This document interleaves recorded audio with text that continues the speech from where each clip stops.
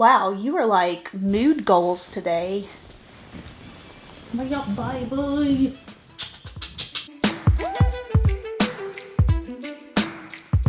Hey, welcome back. I am going to be talking about some things that I am not going to be buying in 2019.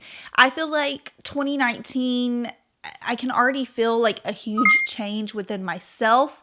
I know this is kind of corny, but I actually wrote down some things that I wanted to change about my lifestyle this year.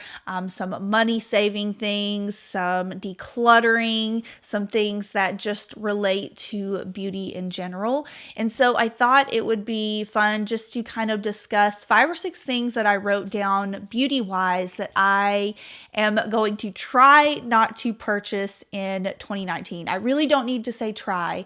I need to say that I am not going to purchase. I wrote them down in my notes, and anytime I feel like I might want to buy one of these things, I'm just going to refer back to either this video or my notes. And this is really just kind of like a personal thing for me.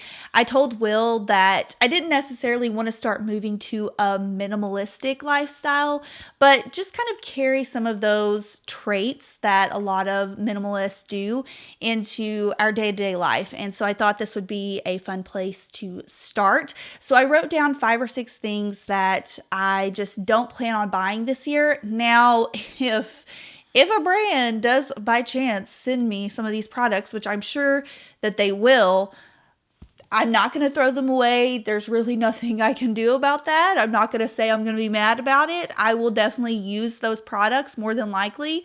But just personally, when I'm shopping around at Sephora or Ulta, these are some things that I'm not going to buy. So let's talk about those. If you hear some sniffling in the background, that's because Ollie is literally below me right now. He's sitting beside me. I'm just actually in our bedroom right now, and he's laying beside me, and he can get a little noisy with his breathing sometimes. So if you hear something weird in the background, that's probably him.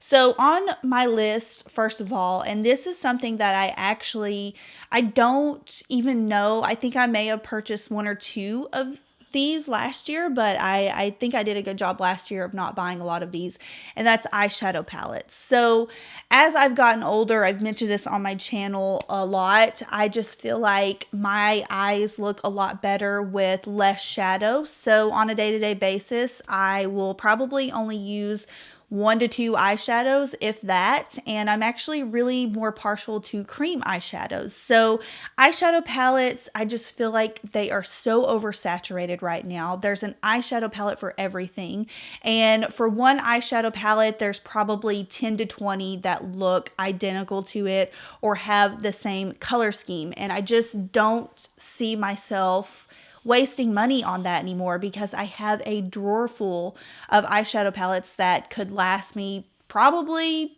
2, 3, maybe even 5 years. And it's just not something that I wear a lot of. So eyeshadow palettes are out, and there does come a time when a brand will release one and they just look so pretty and amazing. I almost bought the Anastasia. I can't even remember which one it is. It's the latest one that they came out with that had the really glitter packaging to it, maybe the Sultry Eye palette.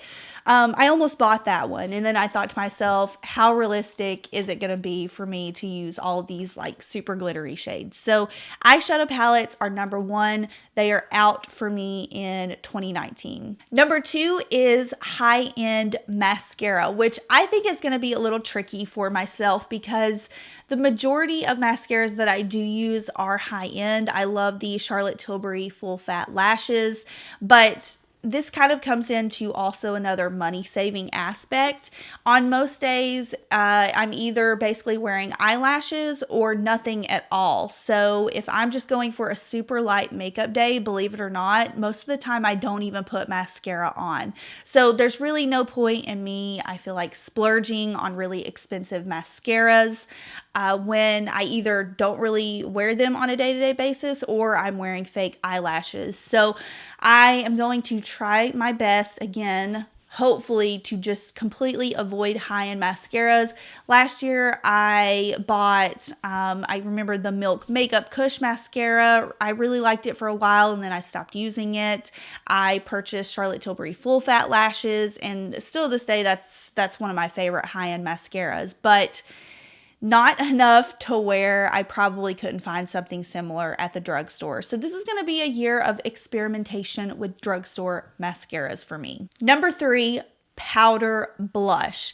I used to be so obsessed with blush. That was the number one thing that I wanted to buy every time I went to an Ulta or Sephora. And still this day, that's the biggest, I would say, product in my makeup collection other than foundations or maybe powders.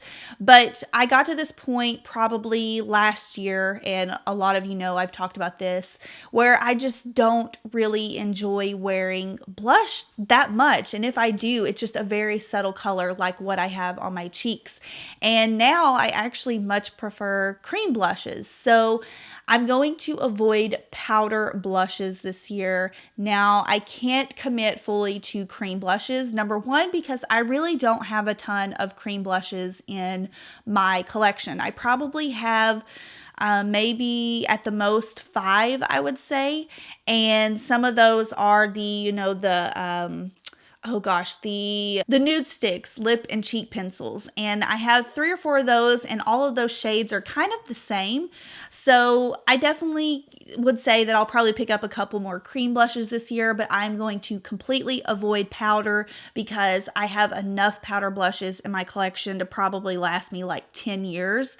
So yeah, powder blush is going to be completely out for me. I love the look of blushes. They're so pretty, but just with my face shape, my skin tone, I just often feel like blush just really weighs down my face. So it's just something I'm going to try to skip on this year and probably just use more cream blushes. Number 4 is contour palettes. I feel like contour palettes have been kind of dying out anyways, but they can still come in hand. Like for example, I still use a couple contour palettes in my kit, but for me personally, contouring is not a big step in my routine anymore. I would much prefer to use the Milk Makeup Bronzing Stick, which is a cream bronzer.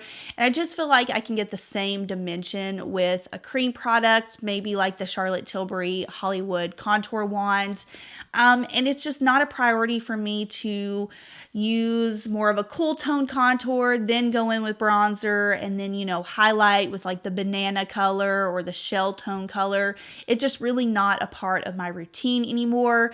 I kind of see the contouring phase really dying down in 2019 because I feel like, wasn't there like a non-touring trend that happened last year? I feel like a lot of people started doing this non-touring, which is basically like just bronzing your skin and adding a little bit more to your cheekbones to make it look contoured. So yeah, it's just kind of like a trend I foresee dying down a little, and it's just not something I incorporate into my routine. So contour palettes are just a no bueno for me. Number 5 might be the hardest for me to not buy in 2019, but that is makeup brushes.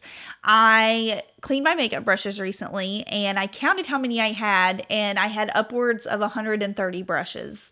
Out of those 130, I probably have 10 to 20 that are just my tried and true that I constantly rotate, that I use on a daily basis, or that I just travel with. And I don't need any more makeup brushes.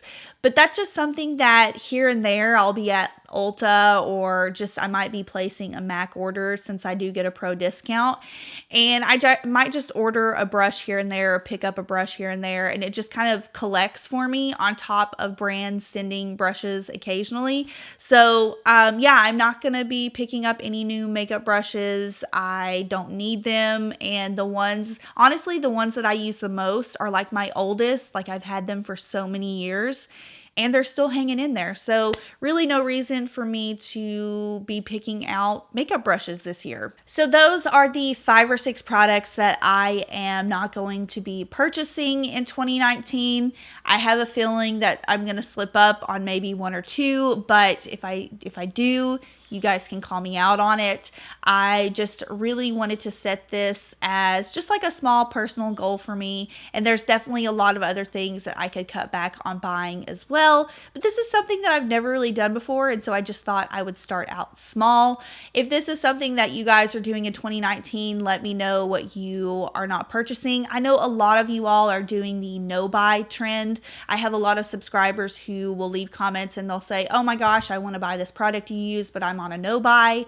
That's something that I think is amazing, and kudos to you all who do that, because that takes a lot of restraint and commitment. In some ways, I feel like I don't have that, because I am a little bit of an impulse buyer, especially when it comes to just little things. Like, I mean, I'll be, at checkout and I might have 10 packs of gum in my car, but if I see a new gum on the shelf, impulse buy. So that's why I feel like I end up with a lot of things in my collection. I'll just get a little thing here and there. And so this, I just kind of hope will help me cut back on that, realizing what I'm buying, realizing what I'm spending, and I hope that this might encourage you all to do the same. I hope you enjoyed it. Again, let me know if there's something you're cutting back on in 2019, and I will see you guys in my next video. Bye.